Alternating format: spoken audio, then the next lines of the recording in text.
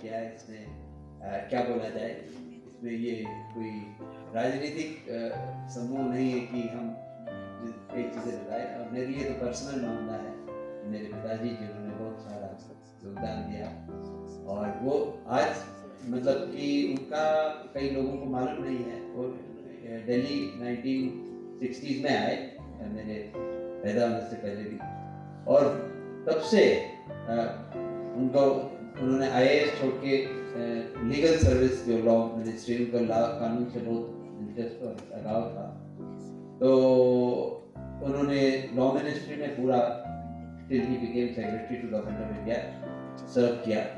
उसके बाद उनकी बिकॉज ऑफ हिज एक्स्ट्राऑर्डिनरी, वो ये बिल्डिंग भी उन्होंने ही बनाया। He was BK Krishna Menon, जो हमारे पहले डिफेंस मिनिस्टर थे, उनके he was his mentor, Guru in international law. तो उनकी योगदान देखते हुए उनको 6 साल वो कानून सचिव रहे और 6 साल इलेक्शन कमिश्नर ऑफ इंडिया रहे। लंबे समय का था, और उसमें भी बहुत ज़्यादा योगदान दिया सारे देश में।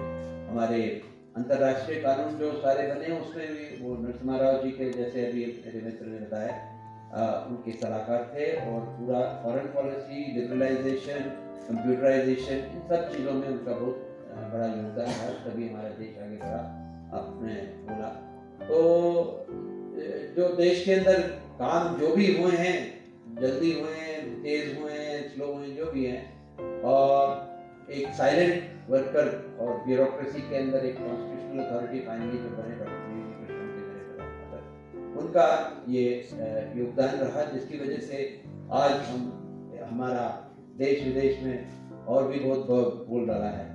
तो वो ज़माना, ना हमारे को इंटरनेट था, ना सेल फोन था, और ना ये क्या कहते हैं सोशल मीडिया था। तो उस टाइम पे एक आगे का विजन रख के, दूरदर्शी होके इंटरनेशनल लॉ का कामयाबी करना और एस्टैब्लिश करना, हमारा को जो देश विदेश में हमारा नाम हो, उसके लिए मेहनत करना, ये बहुत बड़ी बात है।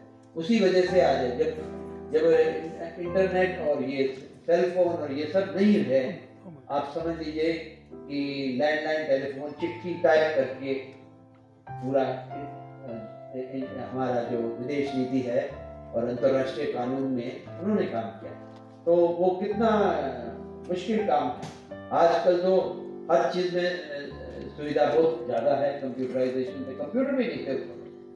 जब मैं इस बिल्डिंग को मैं तब से जानता हूँ, मैं स्कूल कॉलेज में कभी कभी उनके साथ आ जाता था। खाली बिल्डिंग, ये खाली ज़मीन थी, और इस ज़मीन पे उन्होंने इसका जो है फाउंडेशन के लिए वो किया, और उसके बाद बिल्डिंग इनॉग्रेशन पे भी आर वेंकटरामन जी हमारे राष्ट्रपति थे, वो भी आए यहाँ पे। कुछ आपके वहाँ पे तस्वीर भी लगे हुए हैं इन सबका चीज़ों का। तो कई बार हमारे देश के अंदर लोग जो हैं, जिन्होंने कोई काम किया उसको भूल जाते हैं, मगर टोडी जी ने और दूसरे लोगों ने उस चीज़ को याद करके, क्योंकि वो एक राजनीति व्यक्ति नहीं, वो नेशनलिस्ट थे, ब्यूरोक्रेट थे, गवर्नमेंट के थे और कॉन्स्टिट्यूशनल अथॉरिटी थे। तो राजनीति व्यक्तियों के लिए तो कई चीज़ें चलती रहती हैं, जो जिस तरह से उनका योगदान रहा, वो साइलेंट ऐसे लोगों के माध्यम से ही उनका योगदान सामने आता है। और भी बहुत सारी चीज़ें उनका योगदान रहे, इसके लिए मैं बहुत खुश हूँ। आप लोग इतने लोग आए हैं इस सम्मेलन में, और टोडी जी का तो बहुत बहुत ही धन्यवाद है, उन्होंने उनका नाम अमर रखने के लिए। और एक पूर्व प्रधानमंत्री की जिनका भी जन्मदिन आज है, तो उनके साथ जोड़ के, और वो एक दूसरे को जानते भी थे, आपको शायद, हाँ, काफ़ी इसी वजह से भी जानते थे कि उनका जन्मदिन एक ही था, मगर 10-15 साल के उनके बीच का उनके वो एज डिफरेंस था। पर उनका भी बहुत सारा, मैडम मिसेस गांधी को भी इन द ब्यूरोक्रेसी बहुत किया। जैसे अभी आपको बताए थे, वो इंडिया की यूनाइटेड नेशंस जनरल असेंबली में 3 महीने पूरा उस वक्त न्यूयॉर्क में रह के इंडिया का फॉरेन पॉलिसी और इंडिया का पोजीशन यूनाइटेड नेशंस में उसको स्ट्रेंथन किया। तो मैं इस चीज़ों का याद करने का और उनको एक इंस्पिरेशन, बाकी लोगों को बहुत प्रोत्साहन देने की कि उन्होंने, हम लोग अच्छा काम कर सकते हैं, सकारात्मक काम कर सकते हैं और देश के लिए काम कर सकते हैं। और छोटी छोटी बातें तू मैं और लड़ झगड़ों में नहीं पड़ेंगे। तो ये उनका सबसे बड़ा मैसेज है कि आप पॉजिटिवली देश के लिए काम करें, सोसाइटी के लिए काम करें, एक दूसरे के लिए काम करें। मेरे मित्र कुछ औके मेरे, उन्होंने बड़ा प्रशंसा किया।